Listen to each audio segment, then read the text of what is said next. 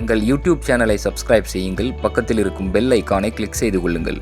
Safiya traders புத்தக நிலையத்தின் YouTube சேனலுக்கு உங்களை வரவேற்கிறோம்.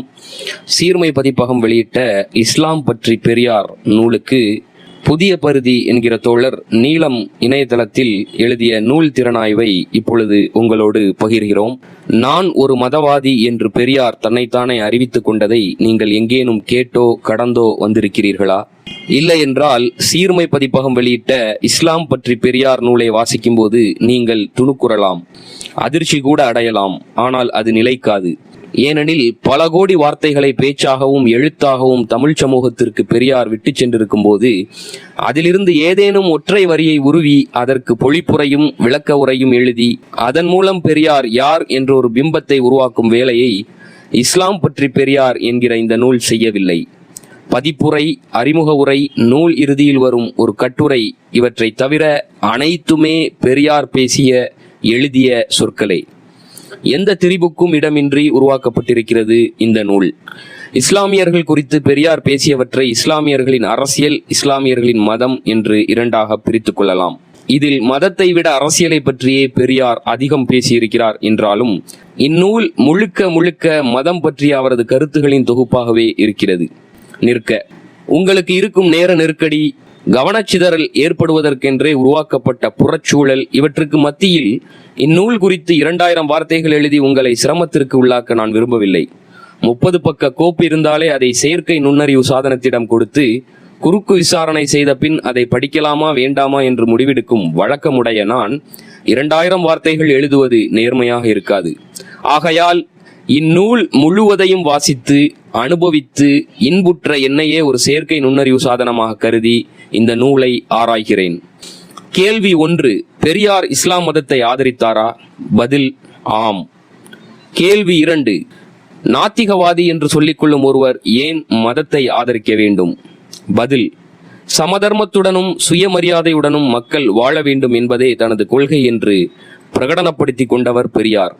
இக்கொள்கைகளை ஏற்றுக்கொண்டு இந்து மதம் செயல்படுமாயின் இந்து மதத்தை ஆதரிப்பதில் கூட தனக்கு தயக்கமில்லை என்று அவர் கூறுகிறார். கேள்வி 3, பெரியார் ஏன் இஸ்லாம் மதத்தை ஆதரித்தார்? 3 சுட்டிகளாக பதில் தரவும். பதில், இஸ்லாம் மதத்தை பெரியார் ஆதரித்ததற்கான காரணங்கள் பல இருக்கின்றன என்றாலும் பிரதானமாக 3 காரணங்களை சொல்லலாம். முதல் காரணம், இஸ்லாம் அனைவரையும் சமமாக பார்க்கும் மார்க்கமாக இருப்பது. ஒடுக்குவதற்கு மட்டுமே பயன்படுகிற சாதி என்கிற அடையாளத்திலிருந்து அது விடுதலையை கொடுக்கிறது. 2ஆம் காரணம், இந்தியாவில் நிலை பெற்றிருக்கும் மதங்களில் மிக இளமையான மதம் என்பதால் இயல்பாகவே மற்ற மதத்தில் இருக்கும் மூட நம்பிக்கைகள், தவறான கொள்கைகளை விட இஸ்லாத்தில் மிக குறைவாகவே இருக்கிறது. காரணம் 3, பெண்களுக்கு மறுமணம், பெண்களுக்கு சொத்துரிமை, ஈகை பண்பு, மது தவிர்த்தல் போன்ற கருத்துகள் வெறும் நூலளவில் இல்லாமல் நடைமுறையிலும் சாத்தியப்படுவது. பெரியார் முன்வைத்த சுயமரியாதை கொள்கையோடு இஸ்லாமிய கொள்கைகள் ஒத்துப்போகிறது. கேள்வி 4, இஸ்லாமியர்கள் தங்களது விழாக்களுக்கு பெரியாரை அழைத்திருப்பார்கள். அதனால் அவர்களது மார்க்கத்தை புகழ்ந்து பேசியிருக்கக்கூடும். இதை வைத்து அவர் இஸ்லாத்தை ஆதரித்தார் என்று சொல்வது சரியா? பதில், பெரியார் இஸ்லாமியர்கள் மாநாடுகளில் பேசினார் என்பது முற்றிலும் உண்மை. ஆனால் இஸ்லாமியர்களுக்கு தொடர்பே இல்லாத தொழிலாளர் கூட்டம், ஆதி திராவிடர் மாநாடு போன்ற இடங்களிலும் இஸ்லாம் மதத்திற்கு ஒடுக்கப்பட்டவர்கள் ஏன் மாற வேண்டும் என்று பெரியார் பேசியிருக்கிறார். அதுபோக யாரும் அழைத்து விட்டார்கள் என்பதற்காக அவர்களுக்கு உகந்ததை பேசுவது பெரியாரின் வாடிக்கை அல்ல. இன்னும் சொல்ல போனால் இஸ்லாமியர்கள் கூடியிருக்கும் கூட்டத்தில் அவர்கள் மீதான விமர்சனத்தை பெரியார் எந்த தயக்கமுமின்றி வைத்திருக்கிறார். கேள்வி 5, இஸ்லாம் அன்பு மார்க்கம் என்பதால் இஸ்லாத்தை பெரியார் பரிந்துரைத்தார் என்றால் அவர் கிறிஸ்தவத்தை ஏன் பரிந்துரைக்கவில்லை? பதில், இதற்கு பெரியாரின் வார்த்தைகளை கொண்டே பதிலளிக்கிறார். பெரியார் கூறுகிறார், இஸ்லாம் மார்க்கத்திலே பாப்பார முஸ்லிம், பர முஸ்லிம், நாயுடு முஸ்லிம், நாடார் முஸ்லிம் என இருக்கின்றதா என்று கேட்கிறேன். இங்குள்ள கிறிஸ்தவ சகோதரர்கள் கோபித்துக் கொள்ளக்கூடாது, வேண்டுமானால் வெட்கப்படுங்கள் என்று வணக்கமாக தெரிவித்துக் கொள்கிறேன். பெரியார் ஒரு மதத்தை பற்றி பேசும்போது அதன் வேத நூலில் என்ன குறிப்பிட்டிருக்கிறது என்பதை விட நடைமுறையில் எப்படி இருக்கிறது என்பதை வைத்தே தான் பரிந்துரைப்பதாக கூறுகிறார். வேத நூல்களில் இருப்பதை ஆராய்ந்து அதன்படி அம்மதத்தின் யோக்கியதையை நிர்ணயிப்பது பயனளிக்காது என்பதே பெரியாரின் கருத்தாக இருக்கிறது. இது தவிர தனது பல்வேறு உரைகளில் கிறிஸ்தவர்கள் சாதியை ஏற்றுக்கொண்டதையும் சுட்டிக்காட்டி கண்டிக்கிறார். அதேபோல் வேத நூலிலேயே இழிவுபடுத்துவதை ஏற்றுக்கொண்டிருப்பது இந்து மதம்தான் என்பதையும் அவர் குறிப்பிட தவறியதில்லை. கேள்வி 6, இஸ்லாத்தில் பெரியாருக்கு முரணான விஷயங்கள் எதுவுமே இல்லையா? பதில்: பெரியாருக்கு முரணான பல விஷயங்கள் இஸ்லாத்தில் இருக்கின்றன. பாவத்தை போக்கவும் மறு உலகில் இன்பத்தை அடையவும் ஒருவர் இஸ்லாம் மதத்திற்கு மாறுவதால் ஒரு பயனும் இல்லை என்கிறார் பெரியார். பாவம், மறு உலகம் போன்றவற்றை பெரியார் ஏற்கவில்லை. ஏழைகளுக்கு கொடுக்காமல் பணத்தை சேமித்து வைத்து புனித யாத்திரைக்கு செல்வதை பெரியார் விமர்சிக்கிறார். சமாதி வழிபாடு போன்ற சடங்குகளையும் பெரியார் எதிர்க்கிறார். இஸ்லாம் போதிக்கும் அன்பு நெறியிலிருந்து பிறழ்ந்துவிட்டு வெறும் 5 வேளை தொழுகை செய்வது, தாடி வளர்த்துக் கொள்வது, குல்லா போட்டுக் கொள்வது போன்றவற்றை மட்டும் செய்து கொண்டு தன்னை இஸ்லாமியர் என்று சொல்லிக் கொள்பவர்களை கடுமையாக பெரியார் எதிர்க்கிறார்.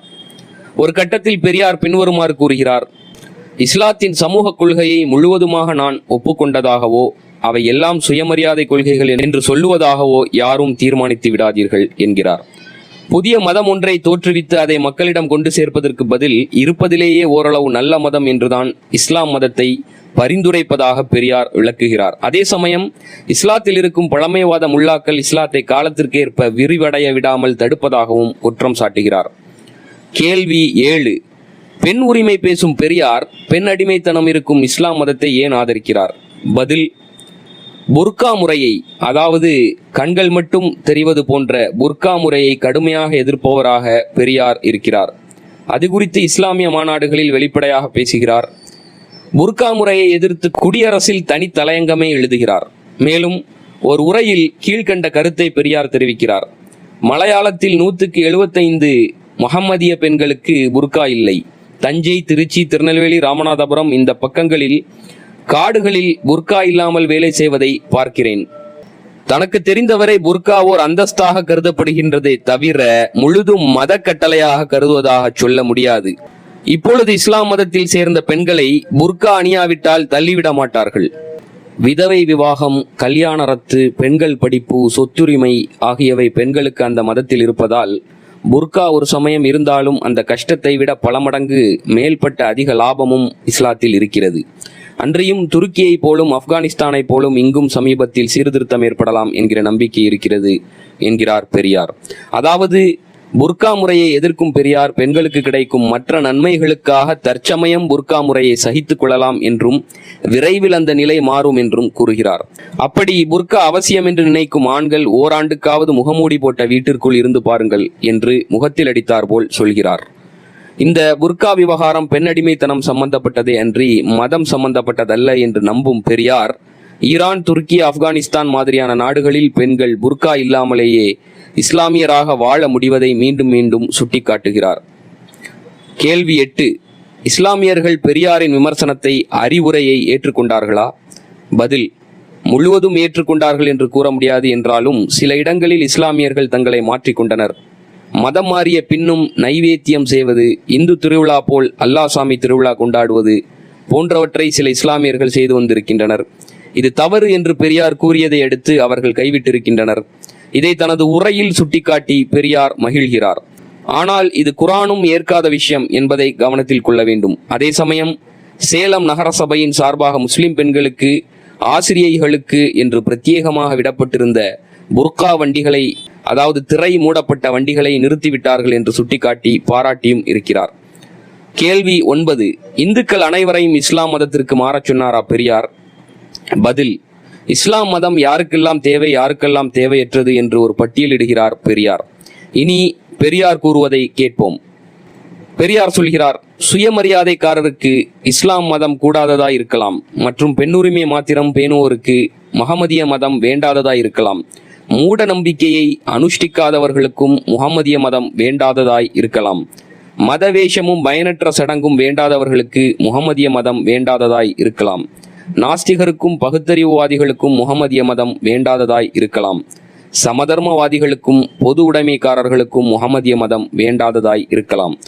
ஆனால் தீயர்கள், பறையர்கள், புலையர்கள், நாயாடிகள் என்று அழைக்கப்படுகின்ற, ஒதுக்கப்படுகின்ற, தாழ்த்தப்பட்டு கொடுமைப்படுத்தப்பட்டு நாயிலும் மலத்திலும் புழுத்த விஷக்கிருமிகளிலும் கேவலமாக மதிக்கப்பட்டு வருகிற மக்களிடம் தங்கள் மீது இருக்கும் தீண்டாமை மாத்திரம் ஒழிந்தால் போதும் என்று கருதி கொண்டிருக்கும் மக்களிடம் நமக்கு வேலை உண்டா இல்லையா என்று கேட்கிறோம். இங்கே வேலை என்று பெரியார் குறிப்பிடுவதை இஸ்லாத்துக்கு மாறுங்கள் என்றே சூசகமாக அவர் எடுத்துரைக்கிறார். கேள்வி 10.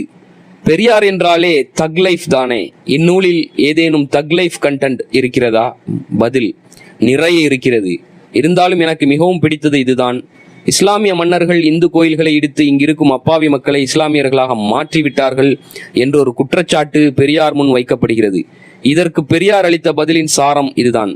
இது உண்மையா பொய்யா தெரியல, ஆனா உண்மையா இருந்து அந்த இஸ்லாமிய ஆட்சி இப்போ வரைக்கும் நடந்திருந்தா தீண்டத்தகாதவங்க ஒடுக்கப்பட்டவங்கன்னு யாரும் இருந்திருக்க மாட்டாங்கிறது மட்டும் உறுதி. கேள்வி 11. பெரியார் ஏன் அம்பேத்கர் வழியில் புத்த மதத்தை தழுவ வேண்டும் என்று சொல்லவில்லை? பதில்: இதற்கான விடை நேரடியாக புத்தகத்தில் இல்லை என்றாலும் முன்னுரையில் விளக்கமாக சொல்லப்பட்டிருக்கிறது. பெரியார் இஸ்லாம் மதத்தை ஒரு ஆயுதமாகவே பயன்படுத்தினார். ஆளும் இந்து வர்க்கத்தை மிரட்ட உலகம் முழுக்க பரவியுள்ள, அதே சமயம் சகோதரத்துவத்தை வலியுறுத்தும் மதமாக இருக்கும் இஸ்லாம் மட்டுமே சரியானதாக இருக்கும் என்று கருதினார். ஆகையால் தான் இஸ்லாம் மதத்தை விட பௌத்த மதமே தனது கொள்கைக்கு நெருக்கமாகவும் முன்னோடியாகவும் அவர் கருதிய போதும் இஸ்லாத்தை தேர்ந்தெடுத்தார். அது மட்டுமின்றி தமிழ்நாட்டில் பௌத்தத்திற்குள் சாதி புகுந்து பரபௌத்தன், சக்கிலிய பௌத்தன் என்று பிரிவு ஏற்பட்டு விட்டதும் ஒரு காரணமாகும். இஸ்லாம் பற்றிய தனது உரைகளில் அம்பேத்கர் குறித்து எங்கேனும் பெரியார் பேசியிருக்கிறாரா? பதில்: பேசியிருக்கிறார். கேள்வி 13. அம்பேத்கரை தாக்கியா? பதில்: அம்பேத்கரை வழிமொழிந்துதான் சில இடங்களில் பேசியிருக்கிறார். 1925 மதம் மாறச் சொன்னேன், ஆனால் தாமதமாக மதம் மாறி அவர் வென்றுவிட்டார் என்று சும்மா வருத்தப்படுவது போல் சொல்லிவிட்டு இந்து மதத்தில் இருக்கும் இழிவுகளைத்தான் தாக்கியிருக்கிறார். கேள்வி 14. காந்தி காங்கிரசுக்கு எங்கேனும் அடி விழுந்திருக்கிறதா? பதில்: விழுந்திருக்கிறது. கேள்வி 15. சமூக வலைதளங்களில் பகிர்வதற்கு நூலிலிருந்து சில வரிகளை சுட்டிக்காட்டவும். பதில்: மதத்துக்கும் நடத்தைக்கும் சம்பந்தமில்லை என்று கருதப்படுமானால் திராவிடர்கள் எல்லோரும் இஸ்லாமியர்களே ஆவார்கள், இஸ்லாமியர்கள் எல்லோரும் திராவிடர்களே ஆவார்கள்.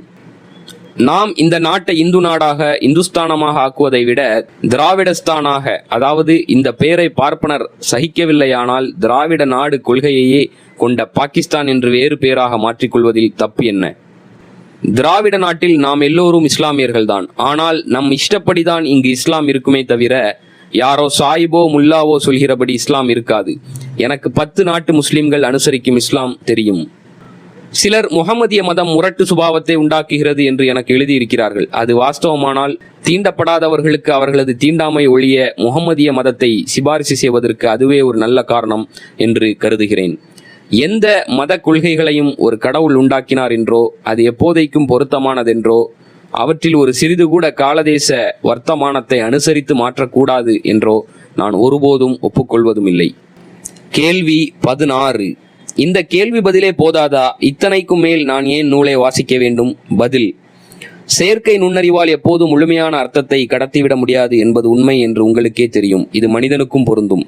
மேலே சொல்லப்பட்டிருக்கும் கருத்துகள் அனைத்துமே எனது வாசிப்பனுபவத்திற்கும் எனது புரிதலுக்கும் உட்பட்டே சொல்லப்பட்டிருக்கிறது. வேண்டுமென்றே சில சர்ச்சையான விஷயங்களையும் சில காத்திரமான விஷயங்களையும் குறிப்பிடாமல் கடந்து போயிருக்கிறேன்.